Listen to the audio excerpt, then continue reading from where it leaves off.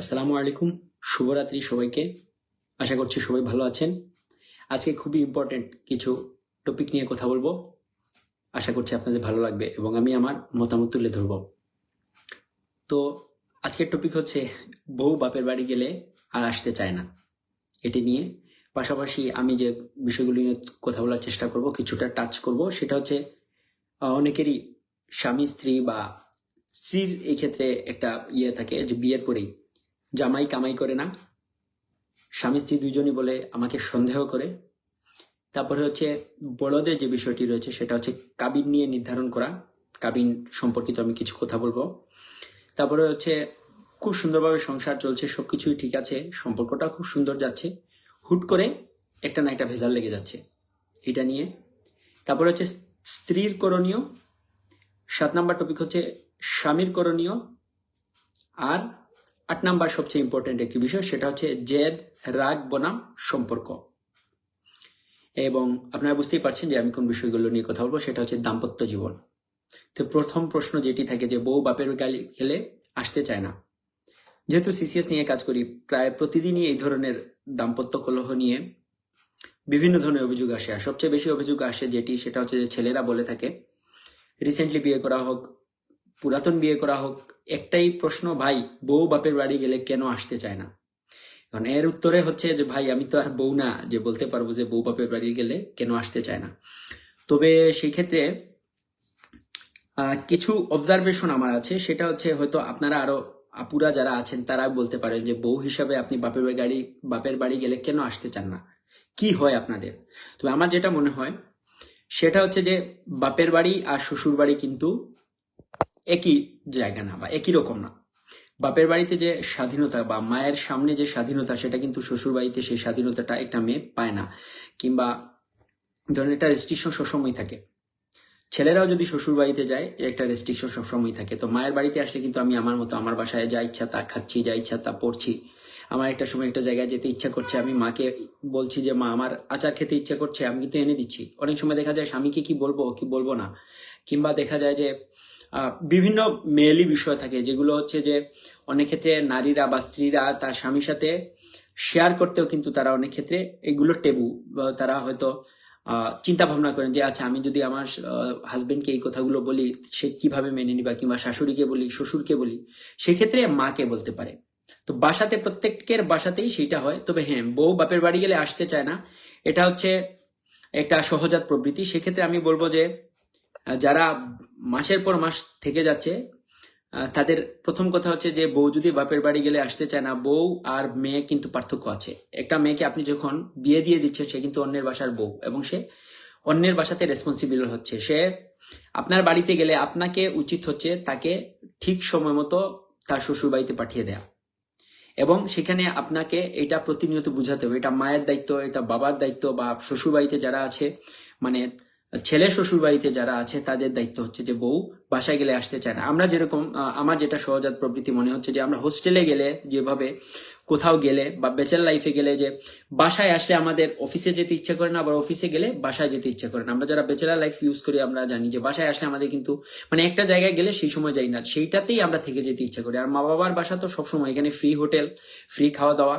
So এটা, আর বউ অনেক সময় ভুলে যায় যে বাপের বাড়ি গেলে সে যে অন্যের স্ত্রী, সে সেই মায়ের মতো আচরণ শুরু করে। আর মাও তার সেই সন্তানের মতো আচরণ করা শুরু করেন বা মেয়েদের মতো আচরণ করা শুরু করেন। ফলে সমস্যা হয় কি, সমস্যা হয় যে মাও বলেন যে আচ্ছা ঠিক আছে যাবো, যাবা কিছুদিন থাকো না, থাকলে কি হয়, বা পরে আইসা যাবা বা ইয়ে করবা।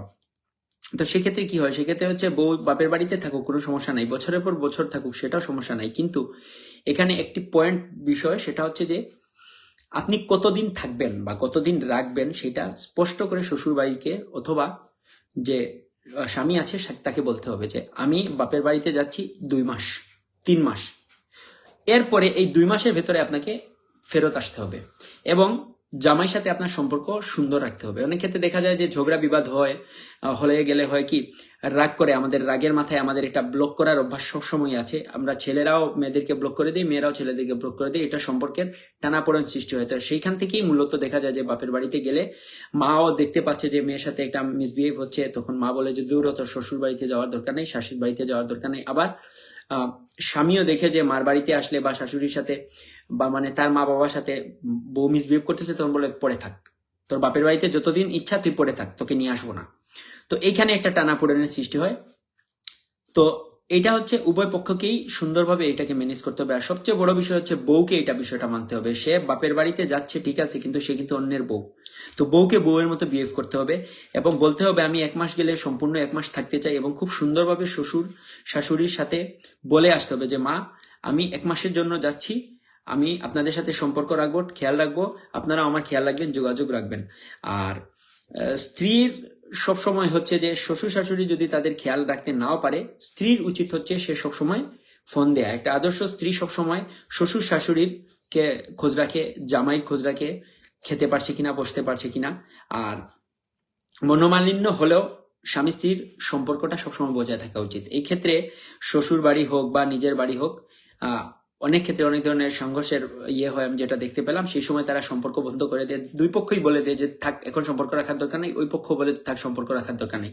ফলে কি, স্বামী স্ত্রী যারা আছে তারা কিন্তু কষ্টের মধ্যে থাকে, তাদের মধ্যে একটা টানাপোড়েনের সৃষ্টি হয়। আর প্রথম কথা হচ্ছে যে শ্বশুর শাশুড়ি আসলে বয়স্ক থাকেন, তারা আর থাকেনি বা কতদিন, বাঁচবেনি বা কতদিন, শ্বশুর শাশুড়ি ছেলেমেয়েরাই কিন্তু সংসার থাকবে। তো এটাও তারা ভুলে যান যে আসলে আমরা যতদিন থাকি বা যতদিন বেঁচে আছি ততদিন শ্বশুর শাশুড়ি হিসাবেই বেঁচে থাকি, বাবা মা হিসাবেই বেঁচে থাকি সুন্দরভাবে, যাতে আমার উপরে আমার স্ত্রীর বিরূপ প্রতিক্রিয়া না থাকে, আমার স্বামীর বিরূপ প্রতিক্রিয়া না থাকে, জামাই বিরূপ প্রতিক্রিয়া না থাকে। আমরা কিন্তু এটা ভুলে যাই। আমরা করি কি, ছেলে মেয়ের সম্পর্কটাকে আমরা আমাদের নিজেদের ভেজালের মধ্যে ঢুকিয়ে দিই। এটা হচ্ছে সবচেয়ে মানে আমাদের বাবা মার জেনারেশনের আমি যেটা দেখতে পেলাম, এটা সবচেয়ে বেশি। আর এই কেসটাই হয়ে যায় যে দেখা যায় যে স্বামী স্ত্রীর ঝগড়াটা পরবর্তীতে সংসারের টানাপোড়েনে চলে যায়। এটা পরে দেখা যায় অভিভাবকরাই এটা নির্ধারণ করে ফেলেন। তো অভিভাবকরা অনেক ক্ষেত্রে দেখা যায় কি, তারা যদি মা থাকে সেক্ষেত্রে মা বলে আমার মেয়েকে দিব না, আবার স্বামী যদি থাকে সে বলে আমি বউকে নিব না, বা শাশুড়ি যদি থাকে তে বলে এই মেয়ে আমার বাসায় আসতে পারবে না, তোমার বউ থাকুক, কিংবা তোমরা আলাদা থাকো। এইভাবেই একটা সুন্দর সংসার ভেঙে যায়। আচ্ছা, 2 নম্বর হচ্ছে জামাই কামাই করে না। জামাই কামাই করে না এই বিষয়টা আসে হুট করে। তুমি তো বিয়ে করার সময় তো তুমি আগেই দেখছো যে জামাই কামাই করে নাই। ঘুরতে যাইতেছ, বিয়ের অনুষ্ঠান করতেছ, সব করতেছ, মেকআপ নিচ্ছ, এই নিচ্ছ, সেই নিচ্ছ, সব নিচ্ছ, তখন জামাই কামাই করে। আর হুট করে যখন এই যে সেম বাপের বাড়িতে গেলা, কানমন্ত্র শিখলা, শুনলা, আসলা, পরে হুট করে চলে আসে, জামাই কামাই করে না। জামাই কামাই তখনই করতে পারবে যখন একটা বউ তাকে কামাই করার সুযোগ দিবে। রাগ, জেদ, অভিমান যদি কোনো স্ত্রী করে, সেক্ষেত্রে একটা ছেলে যতই ভালো অবস্থায় থাকুক না কেন সে ভেঙে পড়ে, আপসেট হয়। তো সেক্ষেত্রে একটা স্ত্রীর সবসময় জামাইকে হেল্প করতে হবে। আর জামাই কামাই করে না, এটা হচ্ছে এই জিনিসটা হচ্ছে কিভাবে, এটা হচ্ছে আমি আপনাদেরকে বলবো, এটা হচ্ছে আমাদের 90s-এর। আপনারা জানেন যে এই যুগের ছেলেমেয়েরা যারা আছে তারা কিন্তু পড়াশোনার পাশাপাশি চাকরি টাকরি করার একটা চিন্তা থাকে, মানে আমরা আমাদের বাবা মাকে খাওয়াবো। আর আমাদের বয়সের যারা ছিল আপনারা দেখবেন যে তাদের কিন্তু বাবা মার উপরে খাওয়া, বাপের হোটেলে খাওয়াটাকে এই যুগের ছেলেমেয়েরা মনে করে একটা লজ্জা। আর আমাদের আমলে বলতো আমি কিন্তু আমার বাপের হোটেলে খাই। আমাদের বাবা মাও আমাদেরকে বলছে তোরা, আমি চাকরি করতেছি, তুই, আমার ছেলে চাকরি করবে, বা আমার ছেলে খাবে, আমার ছেলে বসে খাবে। যার কারণে হয় কি, মানে আমাদের জেনারেশনের বাবা নানারা নষ্ট করে ফেলছে ইয়েদেরকে। আর এই জেনারেশনের ছেলে মেয়েগুলোর সাথে 60s-এর বা 90s-এর ছেলে মেয়েদের গুলা মিল হয় না। এটি হচ্ছে সবচেয়ে বড় মানে জামাই সাথে দ্বন্দ্বে লেগে যাওয়ার মূল কারণ। যে আমাদেরকে শেখানো হয়েছে তোমরা পড়াশোনা করছো, পড়াশোনার পাশাপাশি তুমি শুধু পড়াশোনাই করো, পড়াশোনা করে বিসিএস দাও, ভালো একটা পজিশনে দাও, চাকরি করো, বউ নিয়ে থাকো। আর এই যুগে হচ্ছে কি, পড়াশোনা করো, পাশাপাশি চাকরি করো, বউ নিয়ে থাকো। একটা জিনিস হচ্ছে, বউরা বেশিরভাগ ক্ষেত্রে এই যে এখন আগে এইজ গ্যাপ ছিল, দেখেন আমার বাবা মা কিংবা আপনার বাবা মার এইজ গ্যাপ ছিল 10 বছর, 5 বছর। 10 বছরের নিচে তো কোনো বিয়েই হইতো না।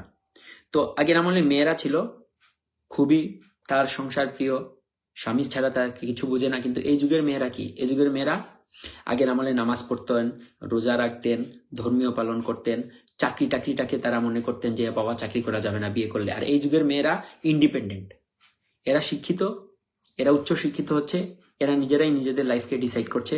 এমনকি প্রেম যদিও করে, বিয়ে যদিও করে, দেখবেন সম্ভাবনা 10 বছরের বড়কে বলে ইয়া এ তো অনেক বড়। আপনি দেখবেন যে 10 বছরের এইজ গ্যাপের বিয়ে এখন খুব কম হয় না। আর আগে আমলে কিন্তু 10 বছরের একটা এজ গ্যাপ থাকতো। সো তাদের মধ্যে একটা মিথস্ক্রিয়া ছিল, আমাদের মধ্যে কিন্তু মিথস্ক্রিয়া নেই, কারণ আমরা টক্কর দিচ্ছি। আমিও শিক্ষিত, তুমিও শিক্ষিত, আমিও চাকরি করি, তুমিও চাকরি করো, আমি চাকরি করে আসছি, জামাই চাকরি করে না, জামাই বেকার, তার সাথে থাকবো না। তো এটা হচ্ছে বউ যে আছে, বউকে এটা বুঝতে হবে যে জামাই চাকরি করতে পারছে কি পারছে না, তাকে তার সহযোগিতা করতে হবে। তাকে রাগ দেখিয়ে সে যদি এখন রাগ করে ভাত না খায়, সে যদি ফোন চলাচল করা বাদ দিয়ে দেয়, বাধ্য তো অবশ্যই করতে পারে, বাট এমন ভাবে বাধ্য না করে যাতে সে তার জামাই মোরাল ভেঙে ফেলে। এটা মেয়েরা বুঝতে পারে না, একটা সময় গিয়ে সম্পর্কে টানাপোড়েনের সৃষ্টি হয়। 3 নাম্বার যেটা হচ্ছে, আমাকে অনেকেই বলেন, সেটা হচ্ছে ভাই জামাইও সন্দেহ করে, মেয়েও সন্দেহ করে। একটা সম্পর্ক টিকে থাকে ভালোবাসার উপর। আমরা সামাজিক জীব, বয়ফ্রেন্ড গার্লফ্রেন্ড আগে কি করছে, বিয়ের আগে মেয়ে কি করছে, ছেলে কি করছে, ডাজেন্ট ম্যাটার। বিয়ে হয়ে যাওয়ার পরে ফার্স্ট প্রায়োরিটি হবে জামাই বউ। এক্সট্রা ম্যারিটাল অ্যাফেয়ার তখনই হয় যখন হচ্ছে জামাই বউর ভিতরে এটা গ্যাপ সৃষ্টি হয়। ওই যে প্রথম বউ বাপের বাড়ি গেলে আসতে চায় না, 2 জামাই কামাই করে না, এই ধরনের যখন অভিযোগ আসতেই থাকে, তখন হচ্ছে তাদের সম্পর্কে টানাপোড়েন সৃষ্টি হয়। টানাপোড়েন সৃষ্টি হলেই সেখানে সন্দেহের সৃষ্টি হয়। সন্দেহটা কোথা থেকে আসছে? সন্দেহটা আসছে হচ্ছে অভিযোগ দেওয়া থেকে। আপনি একটা ছেলের সাথে কথা বলছেন, কিংবা আমি একটা মেয়ের সাথে কথা বলছি, তখনই কিন্তু সে উঠে বলে, দূর, তোমার জামাই ভালো না, তোমার বউ ভালো না, এটা ছেড়ে দাও। যার সাথে আপনি ঘন্টার পর ঘন্টা কথা বলতেছেন, তার সাথে আপনার একটা সুন্দর সম্পর্ক তৈরি হয়ে যাচ্ছে। বিবাহিত নারীকে কেউ নেক্সট টাইম বিয়ে করবে না। যার পেটে বাচ্চা চলে আসছে তাকেও করবে না, যার বাচ্চা হয়ে গেছে তাকেও বিয়ে করবে না, জাস্ট ইউজ করবে। তারপরে আপনি টিস্যুর মতো আপনাকে ফেলে দিবে। এটা বুঝতে বুঝতে যে নারী বুঝতে পারে সে বুদ্ধিমতী, যে বুঝে না সে বুঝে না। সেম বিবাহিত ছেলেরাও সেম।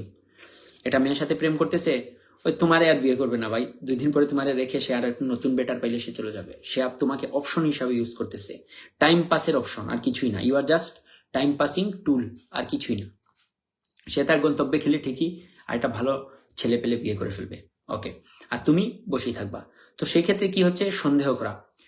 সন্দেহ, তোমাকে ট্রাস্ট বিল্ড করতে হবে। দিন শেষে আমি যদি আমার বউকে ফোন দিয়ে এঙ্গেজ না পাই, আমি যদি আমার বউকে কল দিলে বউ আমার সাথে সবসময় যোগাযোগ রাখে, সেম স্বামীটাও যদি বউকে মানে বউ যদি ফোন দিয়ে স্বামীকে এঙ্গেজ না পায়, যে সময় ফোন দিচ্ছে একটু খুনসুটি হইতেই পারে, করতে পারে। সন্দেহটা হয় কোথায়? সন্দেহ হচ্ছে পাসওয়ার্ড না দিতে চাইলে, সন্দেহ যদি অন্য মোবাইল বন্ধ রাখলে, সন্দেহ যদি বাপের বাড়ি গিয়ে ফোন বন্ধ করে দিলে, সেই সময় সন্দেহের সৃষ্টি হয়। আর এখান থেকেই সম্পর্ক অবনতি ঘটে। আমি শুধুমাত্র দাম্পত্য জীবন নিয়েও বলছি, এটা কিন্তু রিলেশনশিপের ক্ষেত্রেও কিন্তু সেম ধরনের ভেজাল হয়ে থাকে। তো সেইখান থেকেই সন্দেহ থেকেই সবকিছু শুরু। তো আপনি যদি স্বামীকে সন্দেহ করেন, আপনি যদি স্ত্রীকে সন্দেহ করেন, আপনার সম্পর্ক সুন্দর হবে না। আপনাকে বুঝতে হবে যে মানুষ সামাজিক জীব। সে একটা ছেলের সাথে কথা বলবে, সে একটা মেয়ের সাথে কথা বলবে, সে লিপস্টিক চালিয়ে আপনার সামনে আসতে চাবে, এটা চাবে। মানুষের স্বাধীনতা তাকে দিতে হবে। তাই বলে এতটাই স্বাধীনতা না যে সে তার লিমিট ভুলে যাবে।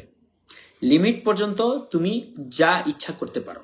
হ্যাঁ, অবশ্যই আমি আমার স্ত্রীর অনুমতি নিয়ে আমি করতে পারি, আমি আমার স্বামীর অনুমতি নিয়ে করতে পারি। যেহেতু আমি স্বামী স্ত্রী একটা সম্পর্ক, এটা কাবিনের মাধ্যমে হচ্ছে, এটা ইসলামের মাধ্যমে হচ্ছে, এটা জবাবদিহিতা আপনাকে হচ্ছে।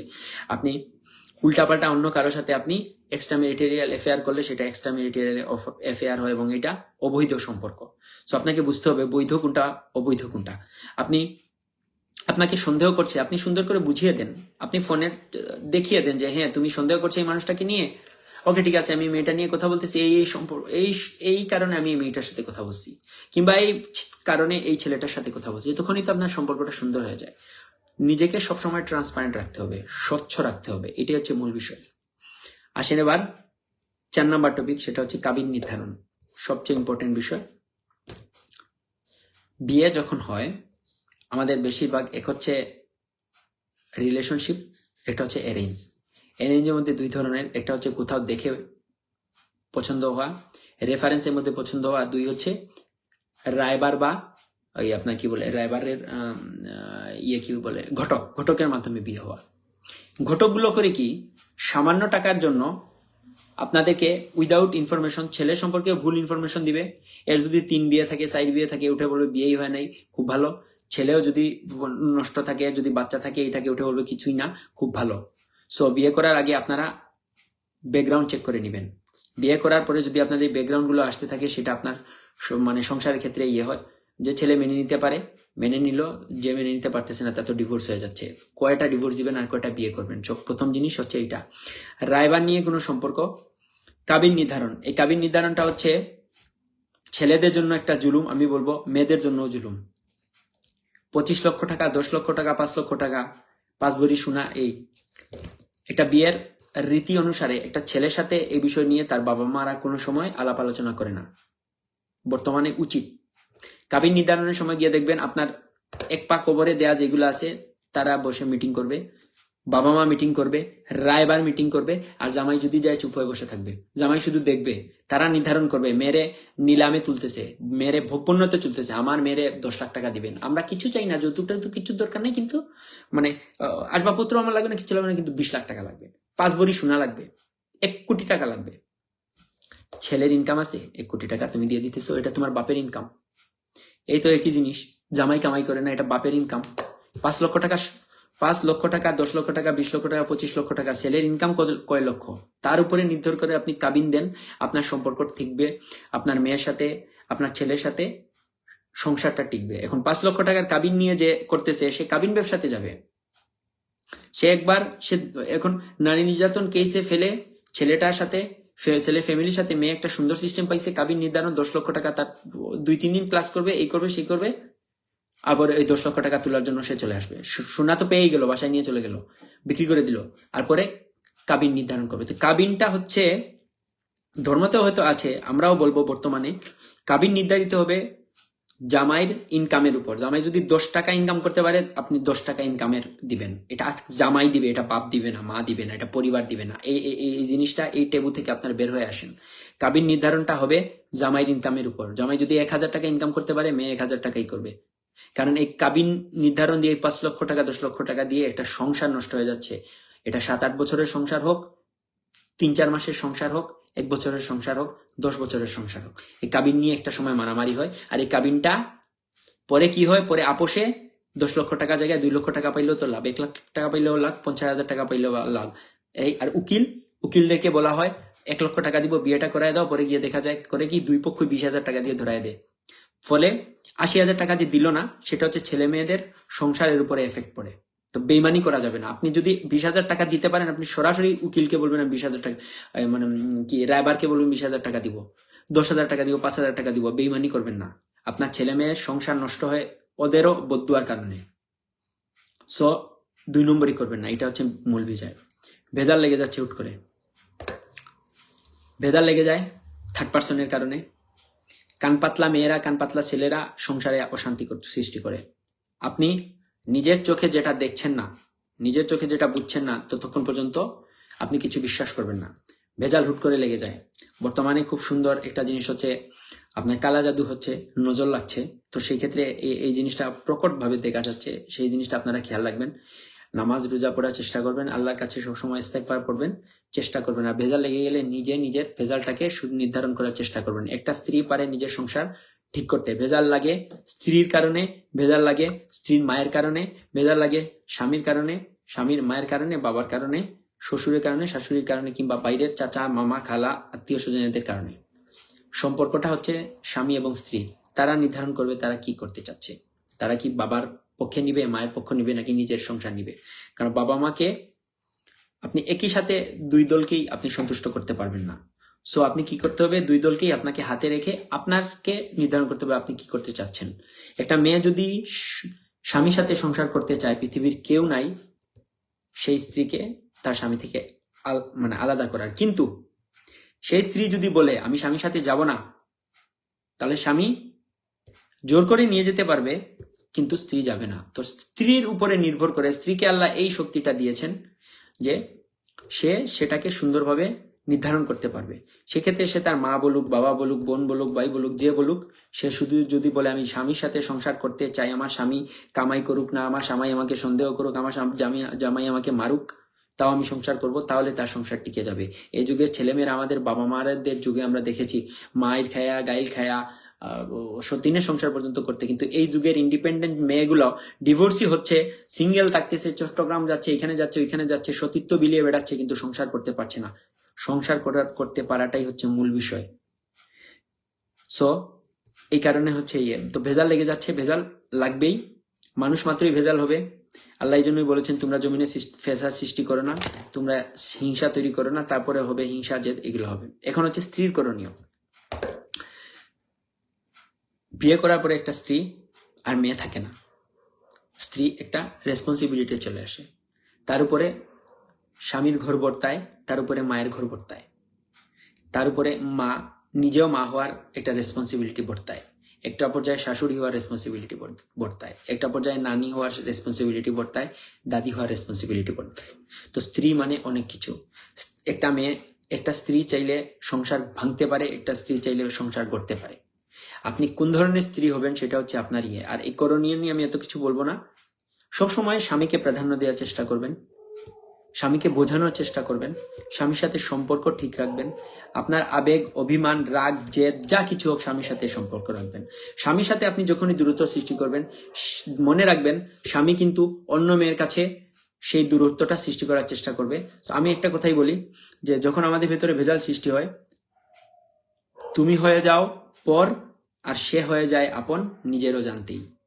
স্বামীরও সেম করণীয়। স্বামী করণীয় হচ্ছে স্ত্রীকে যেভাবে পারে বুঝানোর, রাগ জেদ করানোর, শারীরিকভাবে মানসিকভাবে লাঞ্ছিত না করা, আর লাঞ্ছিত যদি করেও ফেলে মাপ চাওয়া, তবে বারবার বেলতলায় যাওয়া যাবে না। আর স্ত্রী হচ্ছে আপনার আসল। স্ত্রীকে আপনি চেষ্টা করতে হবে যেভাবে পারেন, একইভাবে স্ত্রীর বাড়িকেও আপনাকে চেষ্টা করতে হবে। আর আপনি চেষ্টা করবেন যে যতটুকু পর্যন্ত, এই যুগে খুব সহজে ডিভোর্স হয়ে যাচ্ছে, আমরা যাতে ডিভোর্সের এই সংস্কৃতি থেকে সরে আসি, আমরা যাতে আগের আমলের বাবা মারা আজ কিভাবে চলছেন সেটা খেয়াল রাখতে হবে। আগের আমলে বাবা মারা কি করতেন দেখেন আপনি। আমরা কিন্তু ঘুম থেকে উঠি 8টা 9টা 10টা 11টার দিকে, সারাদিন রিলস চালাই, এই করি সেই করি। আমাদের বাবা মারা কিন্তু রিলস চিনেন না, ফেসবুকও চালেন না, তারা চালান না, তাদের সংসার কিন্তু সারাটা জীবন খুব সুন্দরভাবে হয়েছে। আরেকটা বিষয় দেখেন, উনারা কিন্তু কেউ কাউকে ছেড়ে যায় নাই, কোনো সময় ছেড়ে যায় নাই। সো এখানে আপনার উপরে অনেক কিছু বর্তায়। আরেকটা বিষয় এখানে নির্ধারণ করে, ফ্যামিলি ম্যাটার্স এই কারণে যে মা কি করছে, মা বা বাবা যে আদর্শে সন্তানকে বড় করবে, সেম ভাবে সে তার আচার আচরণগুলোকে ঠিক করবে। আবার হচ্ছে তার ডিএনএটাও তো মেয়েদের ভিতরে যেটা সবচেয়ে বড় বিষয় সেটা হচ্ছে যে তাদের জেদ অনেক বেশি, হিংসা অনেক বেশি। জেদের বশবর্তী হয়ে তারা ব্লক মেরে দেয়, তারা ডিলিট করে দেয় নাম্বার, কিংবা স্বামীকে অকথ্য ভাষায় গালাগালি করে, কিংবা স্বামী বারবার তাদেরকে অ্যাপ্রোচ করার চেষ্টা করলেও তারা অ্যাপ্রোচের করে না। তো একটা সময় স্বামী কিন্তু রাগান্বিত হয়ে যায়, স্বামী কিন্তু হয়ে যায়। আর আরেকটি বিষয় হচ্ছে যে স্বামীকে তার বাপের বাড়ি থেকে যদি কোনো ধরনের অপমান করা হয়, সেক্ষেত্রে তারা নিশ্চুপ থাকে, তারা কথা বলে না। সেক্ষেত্রে দেখা যায় যে স্বামীও কিন্তু অপমানিত হয়। স্বামীর সম্মান মানে আপনার সম্মান। সো আপনি আপনার স্বামীকে সব ধরনের অপমান থেকে রক্ষা করতে হবে, এটা আপনার উচিত।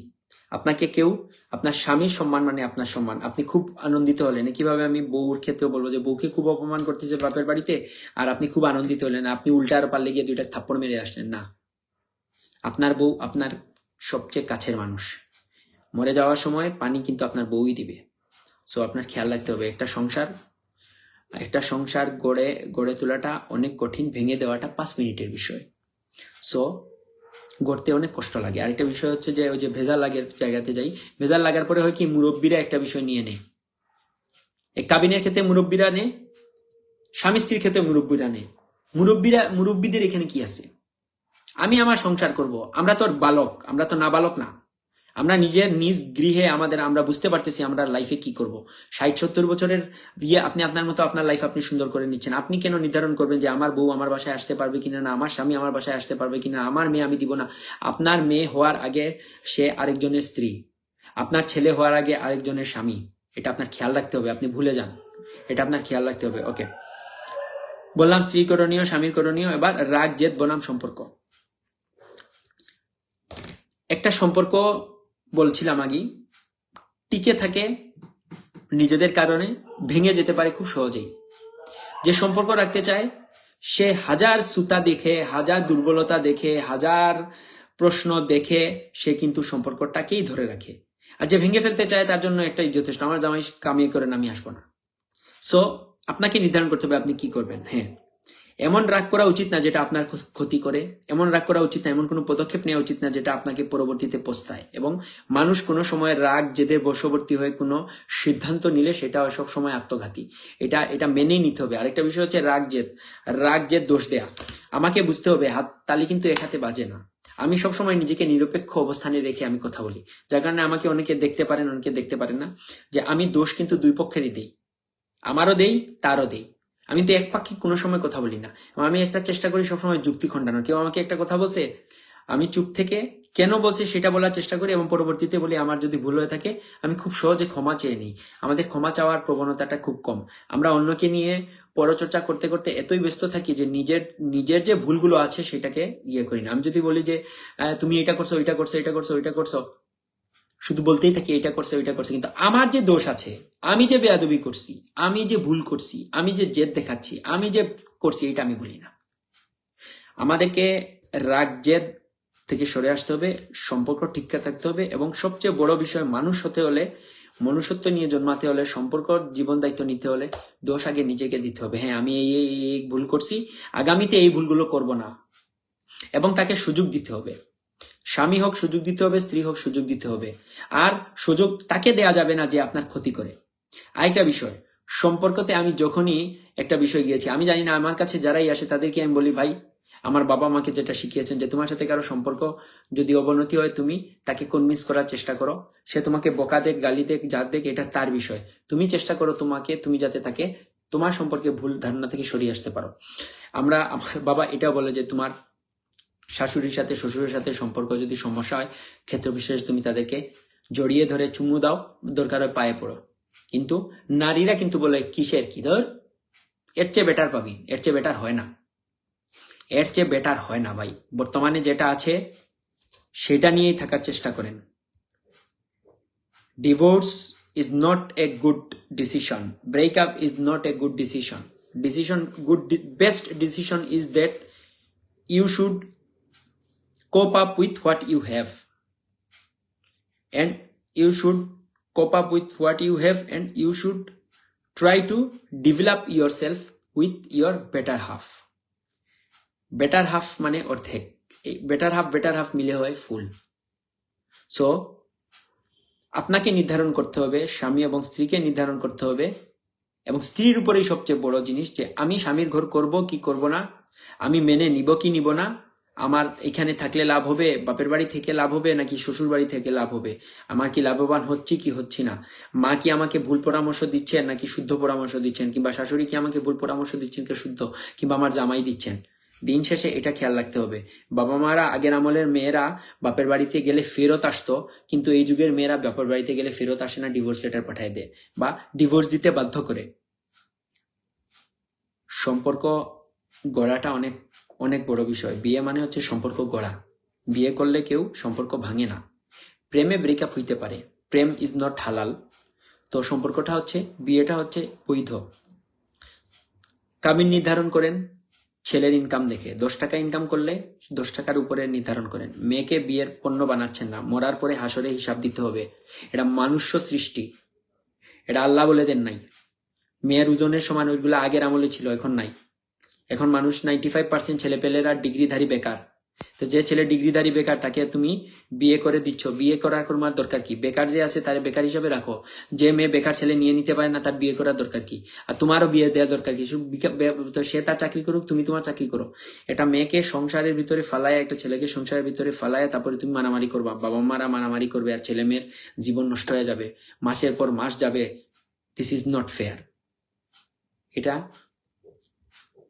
সন্তানের চোখের পানি মা বাবার জন্য ক্ষতিকর, একইভাবে মা বাবার চোখের পানি সন্তানের উপর ক্ষতিকর। এই যুগের মা বাবারা সন্তানের ক্ষতি করে থাকেন অজান্তে। ভালো করতে গিয়ে ক্ষতি করেন, কাবিন নির্ধারণ করতে গিয়ে ক্ষতি করেন, এই যে নিজের মেয়েদেরকে বাপের বাড়ি মানে নিজের বাড়িতে নিয়ে গেলে আনতে দেন না, শ্বশুর বাড়িতে যেতে দেন না, নানা অজুহাত দেখান, এই করেন সেই করেন। আর আপনি যদি শ্বশুর বাড়িতে যানও, আপনাকে শ্বশুর বাড়িতে নিয়ে যান, আপনাকে স্পষ্ট করে বলতে হবে আমার মেয়েটাকে বেয়াই, আমি আমার মেয়েটাকে 1 মাস পর্যন্ত রাখতে চাই, আমার জামাই আসুক যা, কোনো সমস্যা নাই এইটা। কিন্তু আপনার মেয়েকে আপনি যদি বলেন যে বেয়াই কালকে পাঠাচ্ছি, পরশুদিন পাঠাচ্ছি, তরশুদিন পাঠাচ্ছি, ঝুলানো যাবে না। ঝুলাইতে গেলে নিজেই ঝুলে যেতে হয়। সংসার সংসার হচ্ছে স্ট্রেট কাট। সংসারের ভিতরে কোনো ধরনের প্রশ্নবোধক চিহ্ন রাখতে হয় না, সন্দেহ রাখতে হয় না, সম্পর্কের টেনাপোড়েন রাখতে হয় না, সবকিছু মিলিয়েই সংসার। দিস ইজ নট ফানি, এটা সিনেমা নয়, এটা বাস্তব। আপনারা বাবা মারা আপনারা আপনাদের সংসার করে ফেলেছেন, আপনারা আপনাদের সংসারে বিন্দুমাত্র ছাড় দেন না, কিন্তু ছেলে মেয়েদের সংসারে আপনারা ইন্টারফেয়ার করেন। এই ইন্টারফেয়ার করতে গিয়ে এই যুগের ছেলে মেয়েদেরকে আপনাকে বুঝতে হবে। এই যুগের ছেলেমেয়েরা রিলস দেখবে, এই যুগের ছেলেমেয়েরা নামাজ রোজা হজ জাকাত এগুলো কিছুই করে না, এরা জানেই না। আপনাকে শেখানো হয়েছে আপনি নামাজ পড়েন, রোজা রাখেন, এই করেন সেই করেন, আপনি আপনার সন্তানটারে কিন্তু নামাজ 5 ওয়াক্ত পড়াইতে পারতেছেন না। আপনি বাইরে হিজাব পরে যাচ্ছেন, আপনার মেয়েটা কিন্তু ঠিকই উন্না ছাড়া ঘুরতেছে। আপনি বিয়ে 20 বছর 30 বছর হয়ে যাচ্ছে, মেয়ের বয়স, আপনি লজ্জা পাচ্ছেন, মেয়ে বলতেছে কিসের কি, আমি নিজের পায়ে দাঁড়াবো তারপরে করব, 30 হয়েছে তো কি হয়েছে, 40 হইতেছে কি হয়েছে। সো আপনি তাকে আপনার বুদ্ধিতে চালালে পারবেন না, তার বুদ্ধিতে আপনাকে চলতে হবে। এটাই হচ্ছে সবচেয়ে সুন্দর দাম্পত্য জীবন নিয়ে আমি কয়েকটি ইন্টারেস্টিং টপিক নিয়ে কথা বললাম। আপনাদের যদি কোনো ধরনের কোনো মতামত থাকে অবশ্যই কমেন্টে জানাবেন, আর আমার এই পেজটা ফলো দেওয়ার চেষ্টা করবেন, জেনোজিয়ান পেজটি। চেষ্টা করব যে নানা ধরনের টপিক নিয়ে কথা বলার। আগেও আমি এর আগে কথা বলেছি, আগের লাইভগুলো দেখার আপনারা চেষ্টা করবেন। আমি সবসময় পজিটিভ বার্তা দেওয়ার চেষ্টা করি, যেখানে সম্পর্ক টিকে থাকে, যেখানে মানুষ কোনো ধরনের অপরাধ থেকে নিজেকে বিরত রাখে। আর আরেকটা বিষয় হচ্ছে যে যখন আপনার উপরে বেশি জুলুম হয়ে যায়, তখন আপনি জুলুমের জবাব দিবেন। আর সম্পর্ক, দাম্পত্য জীবন, কলহ সৃষ্টি হবেই। কলহটাকে কিভাবে, প্রত্যেকটা সিনেমাতেই আপনি দেখবেন একটা সেট স্টোরি আছে, তারপরে কিন্তু সুন্দর। আর এই সেট স্টোরিটা একটা মেয়ে বাড়ায়, একটা মেয়ে কমায়। একটা মেয়ে রাগ করে যদি বাপের বাড়ি চলে যায়, অন্য জায়গায় চলে যায়, ফোন বন্ধ করে দেয়, একটা ছেলে কিন্তু সম্পর্ক রাখা ঠিক করে। তো একটা নারী পারে, একটা স্ত্রী পারে তার সম্পর্কটাকে সুন্দরভাবে করতে। একটা স্ত্রী যদি রাগ দেখায় শ্বশুর বাড়ি চলে যায়, বাপের বাড়ি চলে যায়, এটা না। সংসার সেই করতে পারে যে সর্বংসহা। নারীদেরকে আমি বলবো সর্বংসহা হন। আর যদি শিখতে চান, আপনার মার দেখেন, আপনার বাবার দেখেন, হ্যাঁ সেই মার দেখতে হবে যে হচ্ছে এক সংসার করতেছে বছরের পর বছর। সেই সংসার না যে জামাই পাল্টায় বারবার। যে জামাই পাল্টায় বারবার, সে আপনাকেও বারবার জামাই পাল্টাইতে বাধ্য করবে। যে এক জামাইতে থাকে, সে এক জামাইতেই থাকবে। যে এক বয়ফ্রেন্ড নিয়ে থাকে, সে এক বয়ফ্রেন্ড নিয়ে থাকবে। সো চরিত্র, সম্পর্ক, ইজ্জত, জীবন একটাই, এক হিসাবে রাখেন। এক আল্লাহর উপরে ভরসা করেন। 5 ওয়াক্ত নামাজ পড়লেন, সিজদা দিলেন, আর মাঝখানে বাইরে এসে ওই সিজদার বাইরের কাজ করলেন, ইসলাম বিরোধী কাজ করলেন, শরীয়ত বিরোধী কাজ করলেন, কাজ হবে না, কাজ হবে না। সো দাম্পত্য জীবন সবার সুখের হোক। আর যারা আমাকে ইনবক্সে বলেছেন ভাই বউ বাপের বাড়ি গেলে কি করতে আসতে চায় না, আপনি চেষ্টা করেন। বউ কোনোভাবে যোগাযোগ রাখতে দিচ্ছে না, এটা তো কি বলবো, বউ নিজেকে বউ হিসাবে মানছে না, সে মেয়ে হিসাবে মানছে। তো এই ধরনের বউ, আমি বলবো যে তার বউ হওয়ার আগে 3 বার 4 বার ভেবে নেওয়া উচিত ছিল আমি কি আদৌ বউ হওয়ার যোগ্য কিনা না, বা বউ হতে পারি কিনা না, বা বউ হতে চাই কিনা না। বউ শব্দটা অনেক অনেক রেসপন্সিবিলিটি। সম্পর্ক, বিয়েটা হচ্ছে রেসপন্সিবিলিটি। বিয়ে ইজ নট ফানি থিং, বিয়ে is not a divorcing thing, বিয়ে ইজ বিয়ে। এটাই আমি বলবো। আর রাগ জেদ থেকে আমরা সরে আসি। কেউ ভেজাল লাগাচ্ছে, সেই ভেজাল থেকে আমরা সরে আসি। সন্দেহ থেকে সরে আসি। ফেসবুকের পাসওয়ার্ড শেয়ার করেন, ট্রান্সপারেন্ট থাকেন, কোথায় যাচ্ছেন কি করছেন বলেন, স্বামীকে বলেন, বউকে বলেন। মোবাইল বন্ধ করে দিয়ে মাসের পর মাস বন্ধ রেখে দিবেন, অফকোর্স আপনি কথা না বললেও আপনার উপরে সন্দেহ আসবে। স্বামীর ক্ষেত্রেও সন্দেহ করবে, মেয়ের ক্ষেত্রেও সন্দেহ করবে, আপনার বদলে আরেকজনকে খুঁজে নিবে। সেই ক্ষেত্রে আপনি দুঃখ প্রকাশ করেও কাজ হবে না, কারণ আপনি তাকে সময় দেননি। মানুষ সহজাত প্রবৃত্তি, সে তাকেই চায় যে তাকে আনন্দ দেয়। সে 20 দিন, 15 দিন, 1 মাস, বড় জোর 1 মাস পর্যন্ত আপনার পেইন নিবে, তারপরের মাস থেকে সে খুঁজে নিবে কে আমাকে সুখ দেয়। সো আমি দুই পক্ষকেই বলছি, বিয়ে করেছেন, বিয়ের মতো সম্পর্কটাকে রাখুন। আপনি প্রেম করছেন না, আপনি বিয়ে করছেন। আপনার মাথায় এটা থাকতে হবে, আপনার ফ্যামিলিকেও এটা মাথায় ঢুকাইতে হবে, এটা বিয়ে, এটা সম্পর্ক ভেঙে দেওয়া না।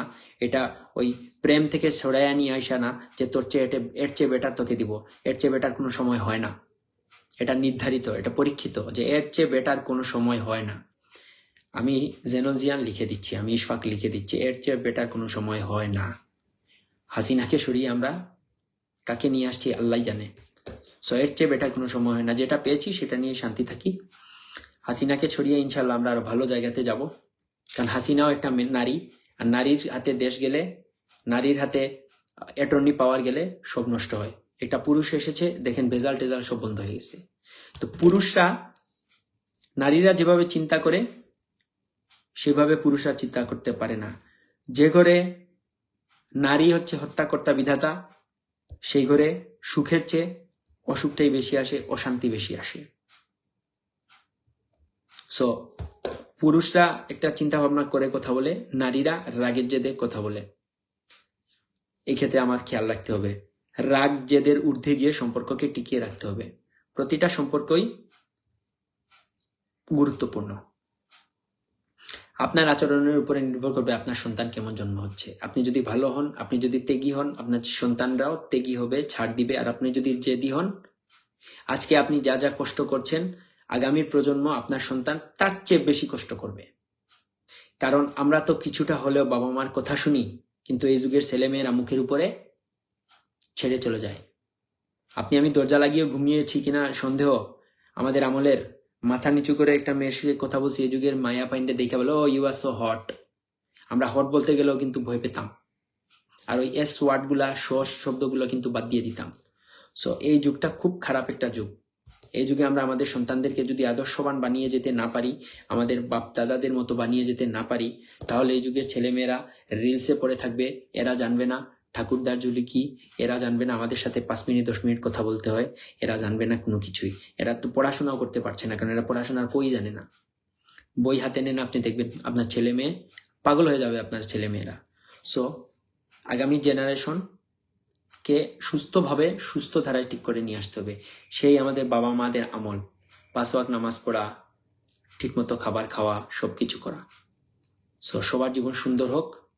আর বউ বাপের গাড়ি গেলে আসতে চায় না, বউয়ের উচিত বাপের বাড়ি গেলে যত দ্রুত সম্ভব চলে আসা। বাপের বাড়িতে বউ পড়ে থাকাটা লজ্জার, কারণ অন্যের ঘরের বউ, তুমি আরেক ঘরের বউ এসে পড়ে রইছো, সেটা সে তোমাকে মুখে কিছু বলছে না, কিন্তু মনে মনে হাসছে, দেখো কত বড় ছাগল। আমি আমার শ্বশুর বাড়িতে ঠিকই আছি, আর সে তার শ্বশুর বাড়ি ফেলে চলে আসছে। আপনাকে প্রথম 2-1 দিন সম্মান দিবে, তারপরে আপনার মানুষ হিসাবে গণ্য করবে না। তো যাইতে গিয়া নিজের ইজ্জত নষ্ট করা তো কোনো দরকার নাই। ভালো থাকুন, সুস্থ থাকুন, বাপের বাড়ি থেকে শ্বশুর বাড়িতে যান। খোদা হাফেজ।